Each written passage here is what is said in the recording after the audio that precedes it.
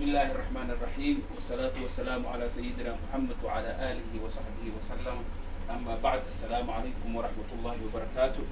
معانتا عنباء أن عنايه وكان عنبه أن عنايه مركي أن فري وعنبها نوع باكستان جالها نقضه وأسيقا نبا ما أركتي أن جالها نقضه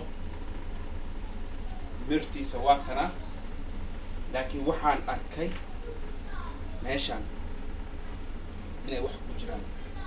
macnaheedu waxa waaye meeshaan waxa ku jiro waa xidid. wuxuu u baahan yahay marka in la furo. sida loo furaayo xididka adigoo burburinaynin inaad tartiib u furtid la rabaa. bismillah. waxaan kala soo baxayaa ilmaha gudaha ku dhex jira.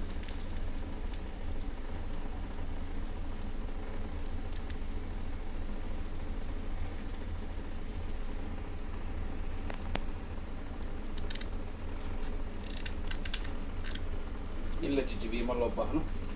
waa cambihii aan cunay isla hadda laftigiisa.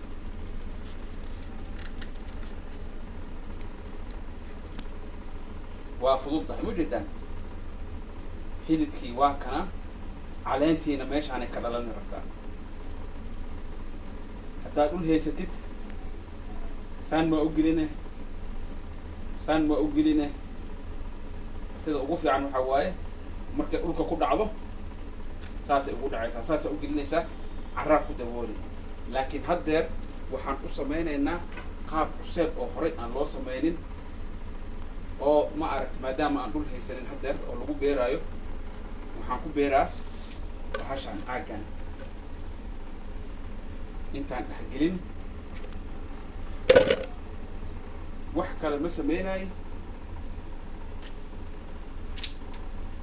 biyo oo mooyo saxa al maaragtay